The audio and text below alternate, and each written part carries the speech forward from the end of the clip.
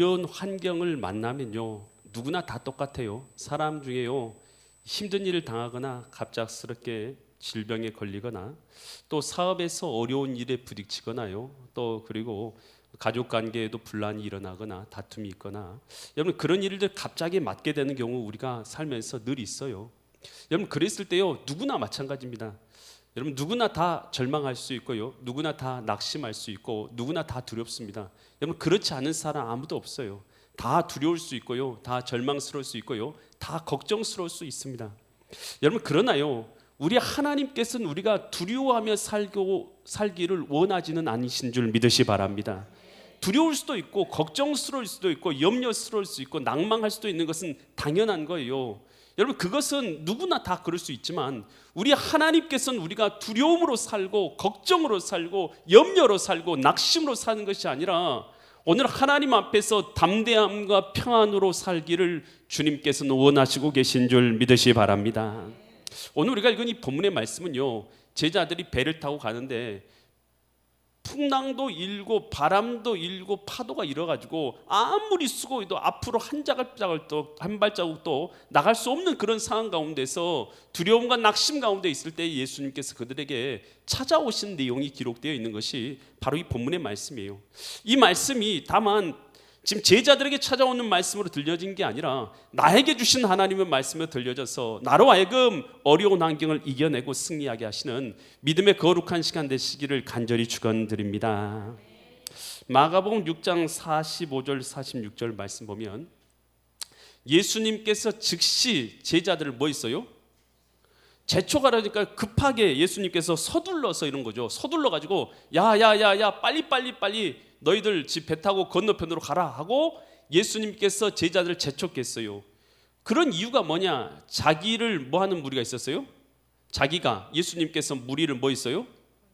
무리를 보내고 있었어요. 여기 있는 이 무리는 어떤 무리인 것 같아요? 지난주에 우리가 예배 참석하신 분들은 알 거예요. 지난주에 예수님께서 오병이어의 기적을 일으키신 것을 말씀을 전했어요. 그러니까 지금 여기 있는 이 무리들은 어떤 무리들이냐면 예수님께서 오병이어의 기적을 일으키신 것을 체험한 무리들이에요. 여러분 한번 생각해 보세요. 여러분이 오병이어를 체험했다 생각해 봐요. 여러분 오늘날이야 먹고 사는 문제 별 문제 아니겠지만, 아니 물론 먹고 사는 문제가 큰 문제죠. 그렇지만 옛날에 비해서는 많이 좋아졌죠. 여러분 2000년 전을 생각해 보세요. 그때요 먹고 사는 문제는요 굉장히 어려운 문제였습니다. 우리나라 여러분 70년대만 생각해도요 보릿고개 때문에 힘들어서요 어려웠던 거 여러분 잘 아실 거예요. 여러분 그랬던 것이요 얼마 되지 않습니다. 100년 전만 해도 사람 먹는 곳으로 해서 굶주려서 죽어가는 사람들이 수도 없었어요. 여러분 그런데 2000여 년 전에 예수님께서요 물고기 2마리요 버리떡 5개하고 5,000명을 먹이고요 여자와 또 어린아이를 제외하고 5,000명을 먹였다 생각해 보세요. 그런 기적이 일어났어요. 사람들이요 어떻게 생각했어요? 예수님 옆에 있으면 굶어요 안 굶어요? 안 굶어요. 예수님 옆에만 있으면 먹고 사는 문제는 없겠다, 걱정 없겠다. 예수님이 우리의 뭐가 되시면? 왕이 되시면 이 나라 전체는 물고기 2마리에 보리떡 5개만 있어도 먹고 살 수 있는 나라가 되는 거 아니냐? 여러분 이런 생각 없었겠어요? 있었겠죠. 여러분 예수님이 그러면 뭐가 됐으면 좋겠어요? 왕이 되기만 한다면 우리나라 이스라엘 백성들은 이제 먹고 사는 문제는 상관없겠다 라는 그런 생각 들었겠죠. 또 그것뿐이겠어요? 당시에는 이스라엘의 나라는 로마의 이 통치 가운데 압제 가운데 있었어요. 세금을 로마에 바쳐야 됐어요. 우리나라도 일제시대 겪었잖아요. 일제시대가 좋습니까? 나쁩니까? 뭐 안 살아봤으니 뭐 말씀하겠어요. 한 분 살아 계셨네요. 여기 계신 분 중에 한 분은요 그 일제시대를 경험했습니다. 여러분 일제시대가 굉장히 괴로웠다고 말하는 걸 저는 들었습니다. 여러분 일제시대는요 먹는 거 다 빼앗기는 거요, 곡식 거두면 다 빼앗기는 거요, 남는 게 없는 인생이 일제시대예요. 로마가 이스라엘을 압제할 때도 마찬가지예요. 여러분 아무리 여러분이 열심히 수고하고 뭐 벌어도요 로마에서 다 가져가 버려요. 아무것도 남는 게 없어요.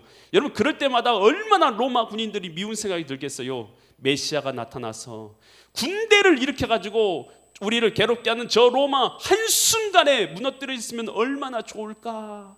여러분 그런 생각 하겠어요 안 하겠어요? 하지요.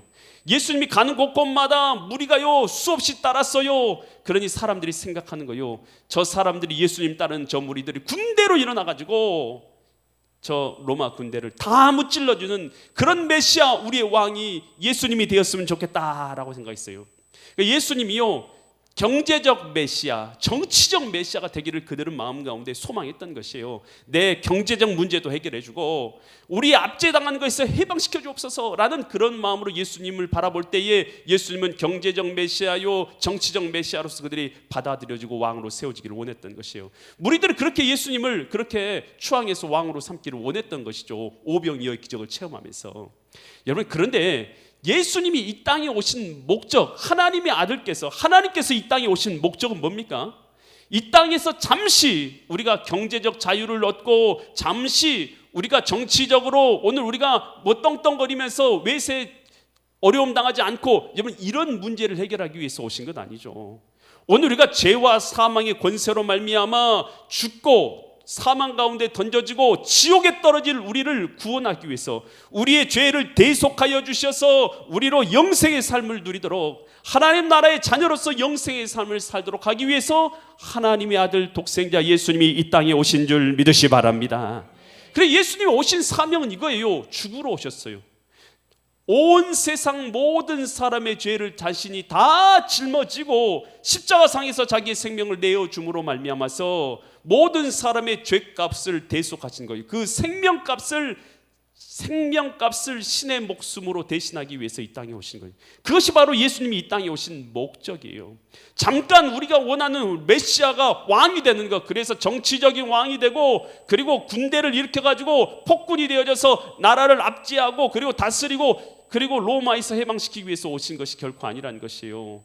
예수님이 이 땅에 오신 것은 우리의 죄를 사해 주시고 우리의 영혼을 구원해 주기 위해서 이 땅에 오신 분인 것을 믿으시기 바랍니다. 예수님이 가는 길과는요, 이들이 원하는 길과는 정반대의 길인 거예요. 예수님은 죽음을 향해서 나아가셔야 돼요. 예수님은 십자가를 향해서 나아가셔야 돼요. 그래서 저를 믿는 자마다 죄사함과 구원을 얻게 하시는 것이 예수님의 사명이에요. 그래서 제자들이요, 그 무리들이 와가지고 예수님을 으쌰 예수님 뭐 파이팅 그럴 거 아니겠어요? 예수님을 왕으로 뭐 우리 보통 이 대선하면 누구를 왕으로 그러잖아요. 그런 것처럼 여러분, 이 예수님을 왕으로 막 하면서 사람들이, 무리가 막 수천 명이 따른다고 해봐요. 그런데 예수님께서는 서둘러 가지고 제자들 12제자들 모아가지고, 야, 너희들 배 타고 얼른 가라 하고 보내놓고, 예수님 뭐 하셨냐? 마가복음 6장 46절 보니까, 마가복음 6장 46절, 무리를 작별하신 후에, 자기를 왕 삼으려는 무리를 작별하신 후에 기도하러 어디로 가셨어요? 여러분, 예수님은요, 이 무리들을 다 작별하신 이후에 홀로 산으로 올라가신 것이, 홀로 그는 하나님과 홀로 그는 그의 모든 생각을 다 내려놓고 정리하면서 산으로 올라가신 거예요. 사람들과는 모습이 전혀 다르신 것이죠. 여러분, 그러니까요, 예수님께서는요, 오늘 우리를 위해서요, 대속의 은혜를 내려주기 위해서 오신 거예요. 그래서 그 사명을 감당하기 위해서 홀로 산으로 가신 거예요. 여러분, 예수님께서도 우리에게 모범을 보여주시잖아요. 기도하는 모범, 여러분, 홀로 기도하는 모범을 우리에게 보여주셨잖아요. 여러분, 우리 현대 시대에 많은 사람들이 결핍된 것, 우리 신자들이 결핍되는 게 뭐냐 하면 기도하는 것이 결핍되어 있어요. 기도하는 게. 성전에 나와가지고 성전 문의 비밀번호를 다 알려드려요. 성도님들에게 다 알려드려요. 외부에는 문을 잠가 놓지만 성전 문을 누구나 다 열 수 있잖아요. 모르면 저한테 물어보세요. 제가 다 알려드리니까요. 그래서 주변 분들한테 물어보세요. 그러면 성도님들은 다 들어오셔서 기도할 수 있어요. 교회는 사실 개방되어 있는 거예요. 그러면 뭐 하려고 개방되어 있는 것입니까? 여러분이 오셔서 성전에서 기도하도록, 여러분 기도하도록 개방되어 있는 거예요. 조용히 주님 앞에 나와서 기도하는 시간, 여러분 주님과 내가 교제하는 시간이 여러분 우리에게 있어야 될 줄 믿습니다. 그럴 때 우리는요, 세상 유혹, 잘못된 것으로 우리를 이끌어가려는 신자를 유혹하는 것이 세상에 얼마나 많아요. 여러분, 예수님도 그것을 다 포기하시고 사명의 길을 걸어가기 위해서 기도하셨던 것처럼 여러분, 저와 여러분도 당연히 기도해야 될 줄 믿으시기 바랍니다. 노벨 문학상을 받은 영국의 유명한 작가 버나드 쇼가 있어요. 이 버나드 쇼가 쓴 책 중에서 하나가 성녀잔이라는 책을 썼어요. 이 성녀잔이라는 이 내용은 바로 우리가 잘 알고 있는 잔다르크 아시죠? 이 프랑스의 영웅 잔다르크를 그 중심으로 해서 이 쓴 작품이에요. 이 잔다르크가 하나님의 음성을 듣죠. 여인이 하나님의 음성을 듣고 나서 영국과 프랑스가 싸우는 도중에서 하나님께서 이 프랑스로 하여금 승리하게 하시도록 하기 위해서 이 잔다르크가 하나님의 음성을 듣고 그대로 행해서 그 여인이 가는 곳곳마다 전쟁에서 승리하게 되죠. 그러면서 영웅이 된 것이 이 잔다르크인데 그 여인에 대한 이야기를 쓴 것이 이 버나드 쇼가 썼어요. 그런데 거기서요, 이 프랑스 황태자하고 이 잔다르크하고 이야기하는 내용이 있어요. 이 프랑스 황태자가요, 너무나 부러운 거예요. 자기는 황태자인데도 불구하고 하나님의 음성을 들을 수가 없는 거예요. 그런데 이 여인은 일개 시골에서 사는 여인인데도 불구하고 하나님의 음성을 듣고 그가 가는 곳마다 전쟁을 승리하니까 이게 그 사람이 이제 부러운 마음으로 이렇게 잔다르크에게 말해요. 오 하나님의 음성, 오 하나님의 음성, 왜 나에게는 그분의 음성이 들려오지 않지?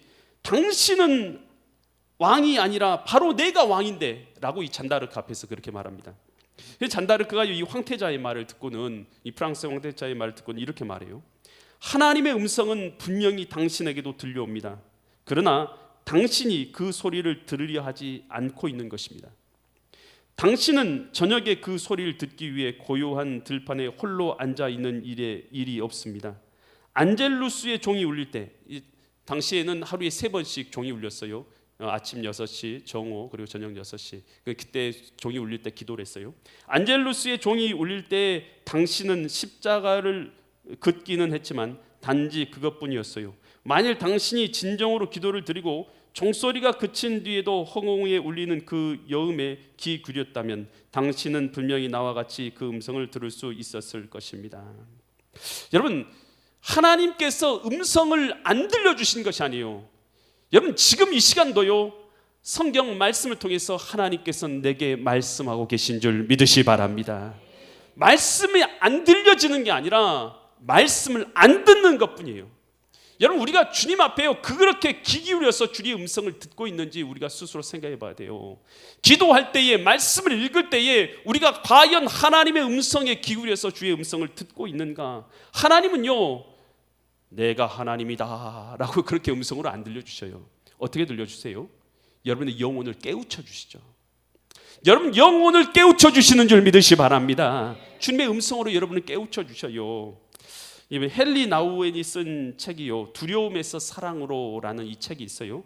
거기에 보면 이 영성이라는 게 뭡니까? 이 영적인 성품, 거룩한 성품을 영성이라고 부르죠. 이 거룩한 성품은 주어지는 게 아니라요, 훈련되는 거, 훈련으로 만들어지는 거예요. 개발되는 것이라고 그는 이렇게 말해요. 그러면서 영성은 훈련하는 것이라고 말해주면서 4가지 훈련하는 방법에 대해서 말해주고 있어요. 영성에 대해서. 첫 번째, 거룩한 독서. 성경을 읽을 때에 성경이 정보를 제공해주는 책을 넘어서서 나를 빚어주는 책으로 읽으라는 것이에요.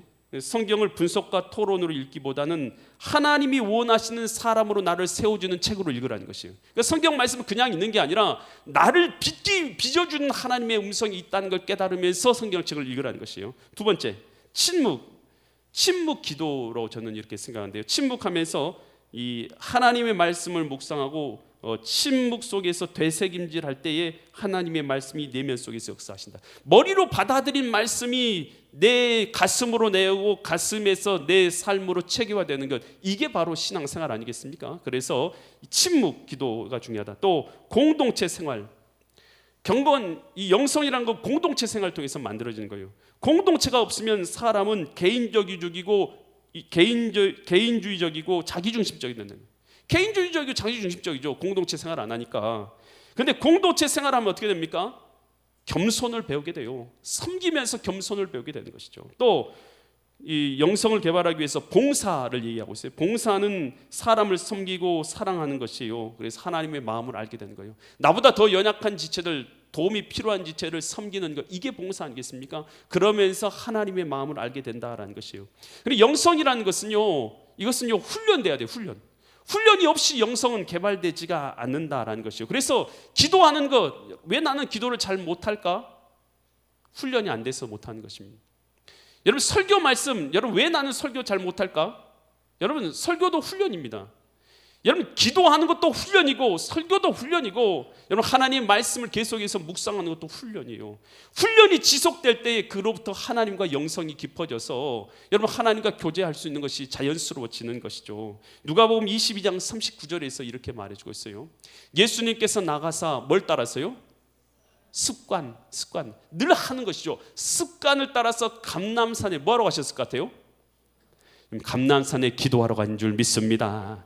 기도하러 예수님 습관을 따라서 가셨어요. 여러분 기도하는 습관이 있으십니까? 있으면 아멘, 없으면 노멘. 여러분 감히 노멘을 할 수 없고 여러분 기도하는 습관이 우리에게 있어야 될 줄 믿습니다. 예배의 습관도 있어야 되고요, 기도의 습관도 있어야 되고. 여러분 신앙의 습관이 없어버린 사람들 너무나 많아요. 나 하나님 믿어 해놓고요 1년 내내 얼굴을 볼 수 없는 사람이 있다니까요. 어디 가셨어요? 저는 골프를 좋아해서 골프 약속을, 이것은 목숨을 걸어야 됩니다. 목사님 이 골프 약속에 빠지면요 다음부터는 안 껴줘요. 안 껴줘도 빠졌으면 좋겠어요. 저는 여러분 신앙생활이요 다른 좋은 습관은, 다른 습관들, 나쁜 습관들은 다 가져놓고 신앙의 습관은 하나도 없어요. 주님 앞에 기도하는 습관. 여러분 새벽 기도요, 새벽 기도는요 습관인 줄 믿습니다. 습관이에요. 습관. 새벽에 기도하는 사람은 늘 기도해요. 평생 기도해요. 평생 새벽에 기도하는 사람은 평생 기도합니다. 여러분 저녁에 기도하는 사람요 평생 기도합니다. 평생. 늘 기도하는 사람은요 늘 기도해요. 늘 말씀 읽은 사람은요 늘 말씀 읽습니다. 안 읽는 사람은요 늘 안 읽어요. 기도 안 한 사람은요 늘 안 한다니까요. 그러면서 하나님이 내게 특별한 은혜를 주셔가지고 나로 하여금 갑자기 거룩한 사람이 되기를 바라는데요, 여러분 그러지 마세요. 여러분 이거 다 영성은요 훈련입니다. 아멘. 다니엘서 6장 10절 보니까 다니엘을 이랬어요. 다니엘이 이 조서에 왕의 도장이 찍힌 것을 알고도 자기 집에 돌아가서 윗방에 올라가 예루살렘을 향한 창문을 열고 뭐 하던 대로요? 전에 하던 대로. 이게 습관입니다. 늘 하던 대로가, 여러분 하던 대로가 있어야 돼요. 여러분 우리가 예배하는 것도 습관인 줄 믿습니다. 하던 대로. 늘 예배 빠지는 사람은요 예배 빠져요. 그게 습관이거든요. 늘 기도 안 하는 사람은 기도 안 하거든요. 그게 습관이거든요. 밥 먹을 때 기도해요? 하셔요? 아멘. 안 하신 분들은 절대 안 합니다.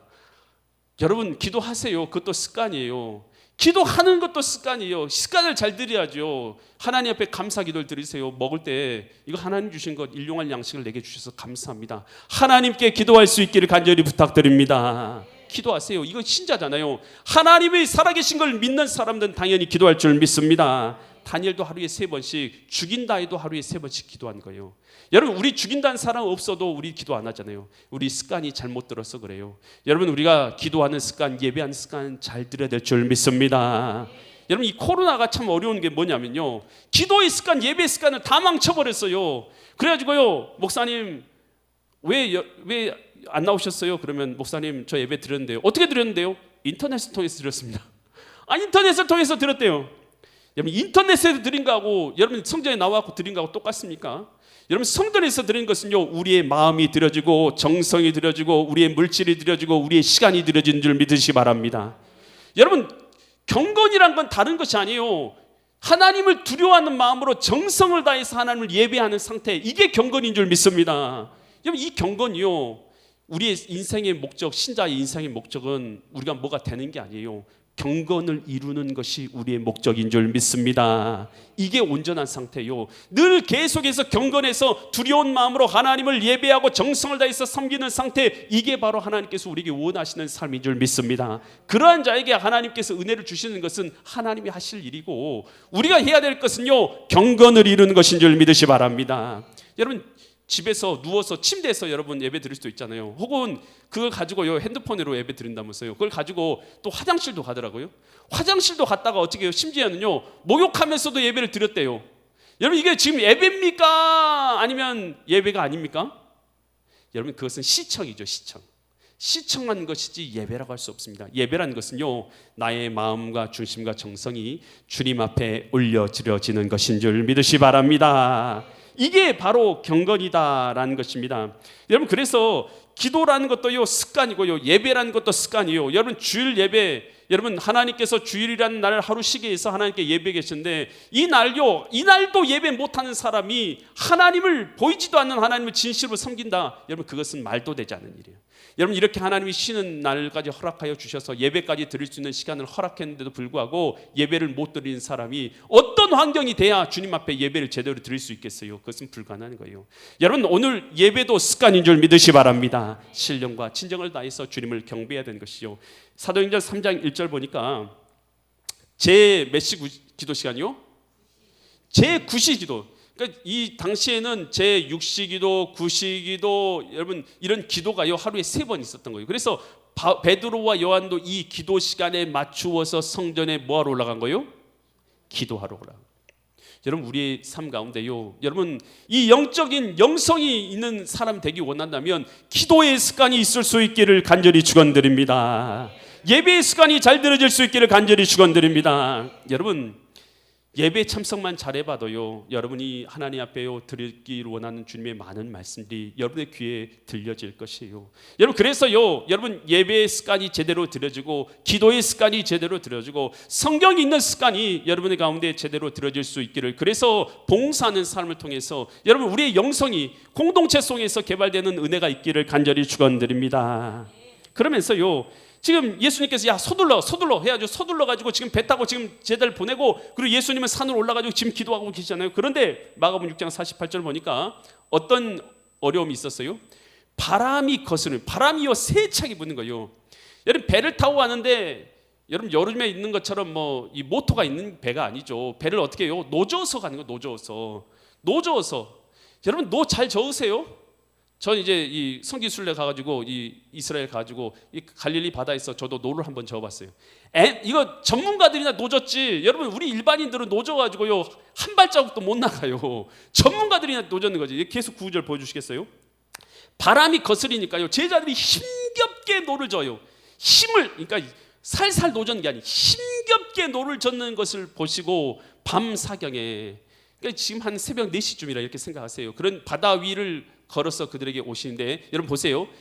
힘겹게 노젓는 것을 누가 보셨어요? 여러분 예수님이 지금 어려움을 겪고 있는 것을 압니까? 모릅니까? 이것을 알아야 돼요. 여러분 예수님은요 우리가 어려움을 겪고 있는 것을 알고 계십니다.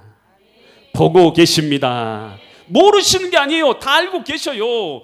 노 적고 있어요. 그런데 여러분 세상에서 제일 힘든 게 뭔 줄 알아요? 뭐 같아요? 어쩔 땐 낭망됐어요.